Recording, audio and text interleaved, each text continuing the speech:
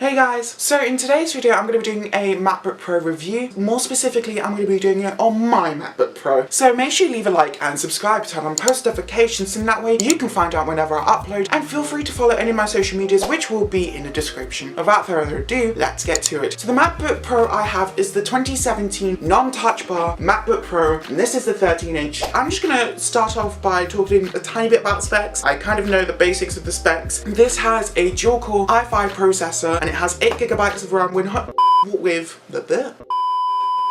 128 gigabytes of SSD storage. It's in space gray. In terms of the design, it has little studs, so if you guys can see at the bottom, and it kind of helps to not move around so much when it's on a table surface, and it has like a vent at the back of it to dissipate any heat coming from the laptop, since it can get pretty hot when you're doing like intensive tasks such as playing games or editing even, so it kind of helps with that. And the front is just beautiful. I'm not even kidding, guys. Look at it, it's just simple. I like, and in terms of I/O, which is ports essentially, it has two USB-C, I think it's 3.0, I completely forgot. I know it's USB-C something. The text will be there if I know what it is. Then there's a headphone jack, which unfortunately my headphone jack does not work. Simply because there's a ball stuck inside of it. I went to the Apple store, right? And guess how much it costed? £370 just to remove a ball from the headphone port, as they need to remove the top bit of my laptop in order to get through to the headphone jack to remove that little ball that's stuck inside of it. I don't know how it got there, don't ask. And then now if we open up the laptop, you might not be able to see all of it, by the way, so I will apologize in advance. This is the design of the inside. Like that. Now the screen is 13.3 inches. It has an IPS display with a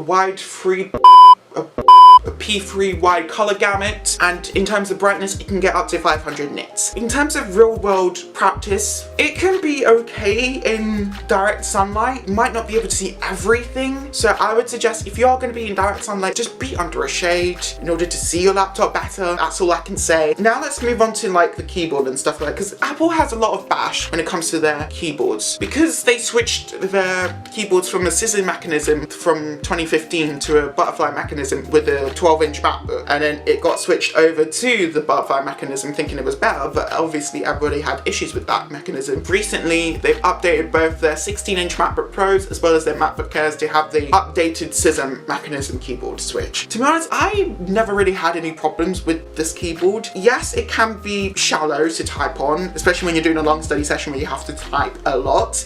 It's and it is a little bit loud in terms of like keyboardness, if you guys can hear it.